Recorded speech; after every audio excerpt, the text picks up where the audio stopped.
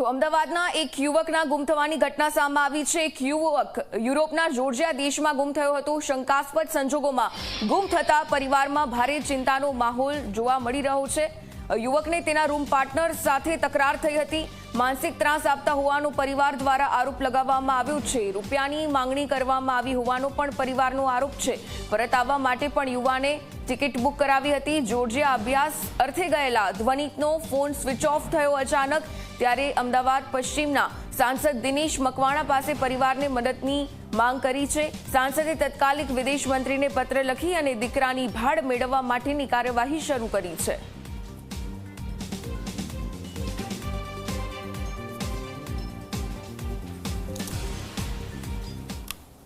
અમદાવાદના વિરાટનગરમાં રહેતા રાજદીપ પરિવારનો દીકરો ધ્વનિત 4 વર્ષ પહેલાં મેડિકલના અભ્યાસ માટે જોર્જિયા ગયો હતો, પરંતુ 14/5/2026ના રોજ છેલ્લી વાત તેના માતા પિતા સાથે થઈ। ત્યારબાદ તેનો કોઈ અતોપતો નથી।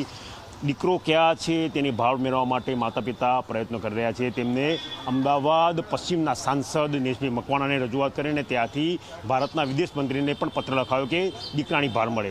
એ માતા પિતા આપણી સાથે જોડાયા છે, તેમની સાથે વાત કરીશું।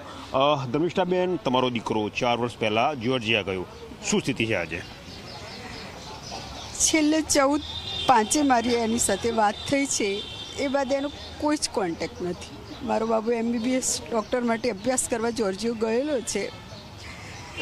એને ત્યાંના રૂમ પાર્ટનર હતા, એમણે મેન્ટલી ટોર્ચર કર્યો છે અને એના પપ્પા પાસે ઘણી બધી માંગણીઓ કરેલી છે, પૂરી પણ કરી, પણ એ પછી એનો કોઈ કોન્ટેક્ટ જ નથી થતો।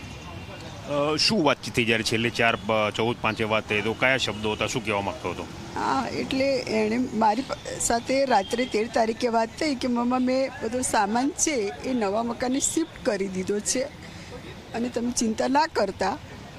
ત્યાં મેં કીધું, સારું બેટા, ત્યાં શાંતિથી રહે છે અને ભણજે। અને 14 તારીખે પછી એના પપ્પા સાથે વાત થઈ છે। શું હેરેસમેન્ટ થતું હતું ત્યાં? ત્યાં એનું ટિફિન લઈ લેવામાં આવતું, એના કપડાં બધા ફેંકી દેતા, પૈસા ચોરી લેતા, એને ખોટી રીતે પજવતા હતા।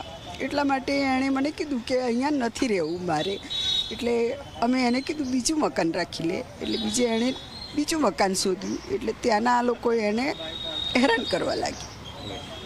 સાંસદ સાથે રજૂઆત કરી, શું રજૂઆત કરી, શું ડિમાન્ડ છે? મેં સાંસદ દિનેશભાઈ સાહેબ મકવાણા સાથે વાત કરી છે। એમણે મને પૂરેપૂરો સપોર્ટ કર્યો છે અને કીધું છે કે બેન, અમે તમારા સહકારમાં જ છીએ, તમને પૂરેપૂરો સપોર્ટ કરીએ જ છીએ। મારી ફક્ત એટલી માગણી છે કે એટલી ઝડપી કાર્યવાહી કરો કે જેટલું જલ્દી બને એટલો મારો દીકરો મને પાછો મળે।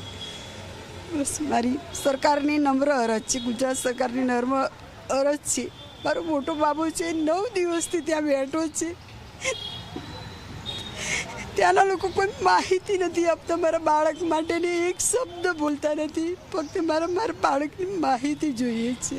મારી એ જ અરજ છે કે અહીંની સરકાર ત્યાંની સરકારને દબાણ કરી અને મારા બાળકના મને સમાચાર અપાવે।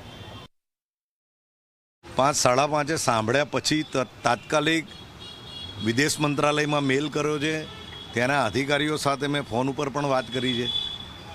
આજે શનિ રવિ હોવાના કારણે સોમવારે હું ફરીથી પણ શક્ય હશે તો મંત્રાલયમાં જાતે વાત કરીને એમનો દીકરો જોર્જિયાની અંદર, મને એમણે જે રજૂઆત કરી એ મુજબ ભારતની એમ્બેસીએ તો ખૂબ મદદ કરી છે, પરંતુ કદાચ ત્યાંના પોલીસ વિભાગના મિત્રો કે બીજા કોઈ બાબતે જે બી મદદની જરૂર હશે તો ચોક્કસ હું અમદાવાદના સંસદ સભ્ય તરીકે અમારી પાર્ટી અને આખી સરકાર એમની સાથે છે। અમે ચોક્કસ મદદ કરીને એમનો દીકરો એમને મળે એ દિશાની અંદર અમે પ્રયત્ન કરીશું।